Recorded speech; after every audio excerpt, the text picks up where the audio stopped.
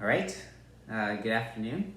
You have with you today Leighton and Landon, not Leighton and Landon, although Charlie still somehow gets us mixed up. Leighton and I actually went to elementary school together, so we are well acquainted with being mixed up from a young age with one another. So anyways, you're in my office today. Brittany's at home, pretty tired. Just a few more weeks to go in the pregnancy, so that was one of the reasons I pulled Leighton in, but also because what I was going to share today is something that God's also been speaking to him about. So just want to share a short little story from last week. We had a lot of rain, which I'm sure you guys are all familiar with, and something unfortunate happens in the office here. When it really rains, all the storm drains back up because of the big old Canadian Tire building, and then water floods the basement. So that's happened several times over the last few years, and happened again on Thursday. And Mark and Carrie were super helpful cleaning that up. And then we decided that we would be proactive because more rain was coming. And so on Friday I went to a sandbagging station to do some sandbagging. And yeah, I was there with one other person, and they were loading up for their property, and I was unprepared in a shirt like this and my street shoes and with a snow shovel. I don't know what I was thinking, but and my little Mazda. But I was there to load up some sandbags and started just some small chat with the person. He was a guy, and for the sake of the story, I'll just call him John. And John was quite a bit taller than I was and quite a bit older. Bald guy, kind of looked like he could do some damage if you got him aggravated, kind of guy, pretty burly, and so we just started small chatting, and he told me why he was there and what was wrong with his property, and that he needed some sandbags, and he had asked for some help from his kids, and they were all going camping. They were too busy to help him. I chatted a little bit about that and his family situation, and he had only done a couple sandbags, and he threw his tailgate up and went to drive away. So I just asked him what was wrong, and told me that his back was really messed up from an accident he had had a few years ago. So he just couldn't handle the sandbags. So just felt like it wasn't like God spoke to me super strongly. I just felt like, I have a body that works, and I have sandbags here that I've loaded, so I'm gonna throw them in his truck. So I threw them in his truck, and then asked him if he'd stick around while I load up some more bags for him, and he stuck around for another 10 minutes, and we chatted, and then when he went to go, I just felt like I should offer to drive behind him and go help him unload them at his house, and he said no. I guess that was too much for him.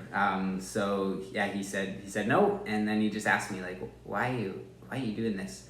I just said something really simple. I just said that there's a lot of brokenness and pain in this world and in a city like Vernon, and I want to be part of something different and something better, and bring hope into situations, and this almost 60-year-old man that stood at least a head or two above me started to cry, and he reached out his hand, and I kind of panicked for a second. I was like, are we allowed to shake hands?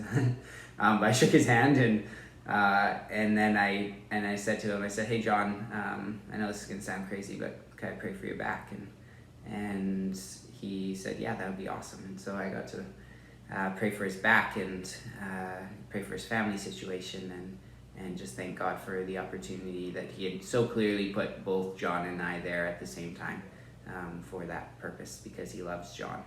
And it was just, I went home and got changed and grabbed a real shovel to go back and do sandbags for the church office. But I just I had to find Brittany as soon as I got home and tell her, and she was super excited. And since then I've shared that story with a couple people, shared it with Leighton and Brendan and Sean Clausen the other night. And for me, actually, I'll let Leighton chip in with kind of what God spoke to him as I shared that story with him, and then I'll pull some thoughts out after that. So over to you, buddy. So one of the things that Landon does on a regular young adults night is he gets us to share testimonies of what God's speaking to us about, or an encounter that we've had with someone that's been evangelistic or encouraging. And it's such an encouraging time that we get to share with each other. And so because we've started into our Discovery Bible groups, we've been doing that in smaller groups, and to be able to have that larger experience, we've broken that down into our personal groups. But the amount of sharing that goes on doesn't stop. Yeah. It's not that we see a decrease in being able to encourage each other. It's focused in our groups. But it was really encouraging to hear Landon's story the other night when he shared with us.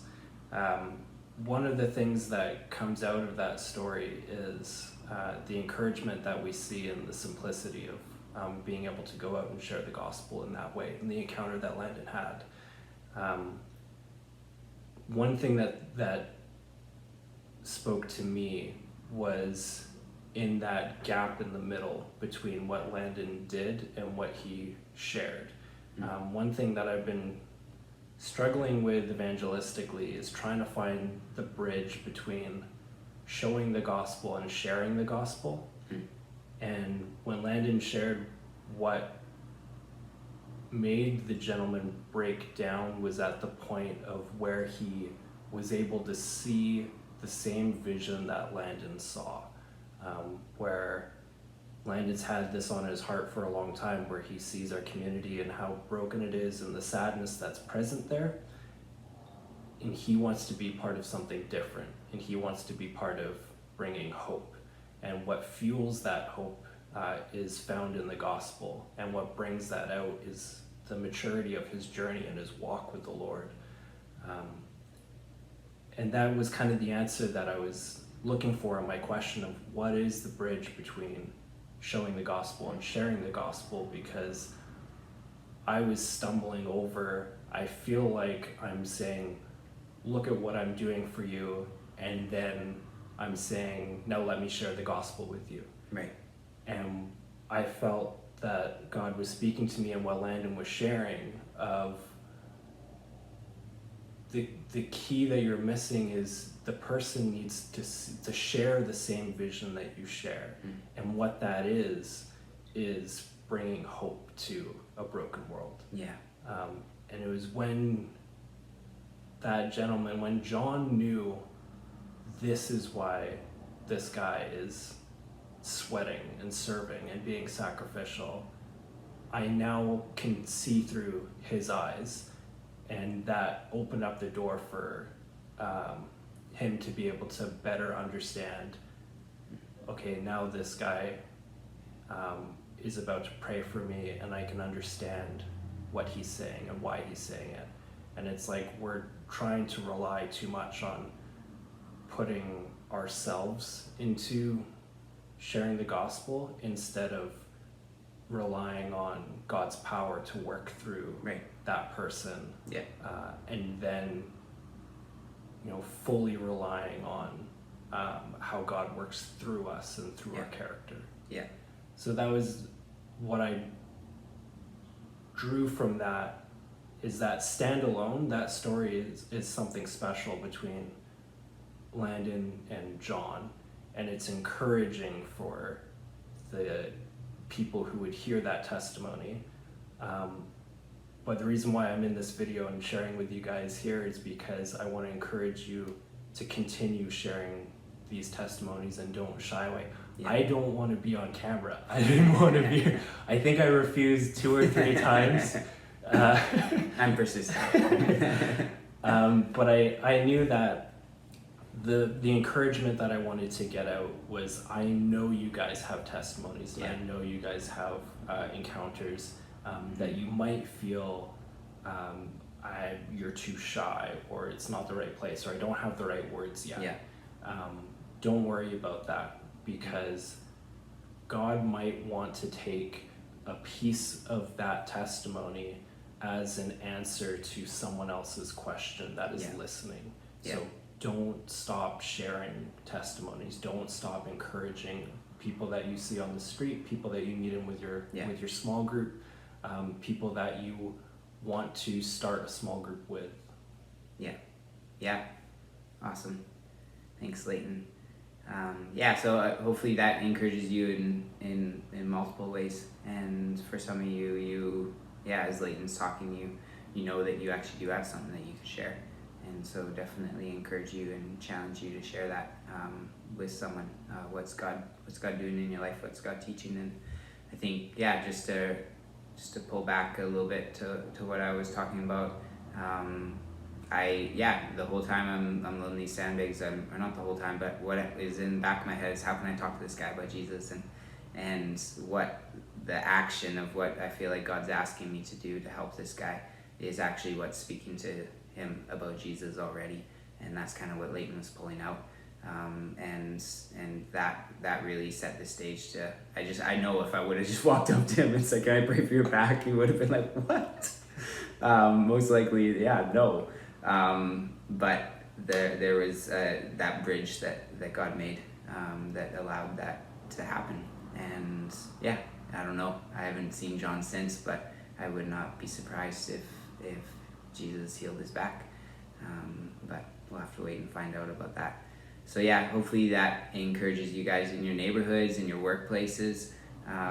Be asking God, how can you be creating bridges? How can you be practically loving those around you? But also understanding that sometimes it just happens and God's setting you up, and then there's an opportunity to seize in that. So bless you guys. Just a reminder, next Friday we're sharing testimonies together as a church, and so if you have something, then bring it to share. What's God speaking to you about? What have opportunities that He's been giving you with your neighbors, your friends, your co-workers, to come and share those things as a church. We're looking forward to seeing you guys out. If you can't make it, then record a video and you can send that in. I think we're saying 3 or 4 minutes. 3 minutes. 3 minutes max. You can go over. We'll just cut it off at 3 minutes so you can keep talking as long as you want. Anyways, we love you guys and pray that this brings encouragement to you. See you later.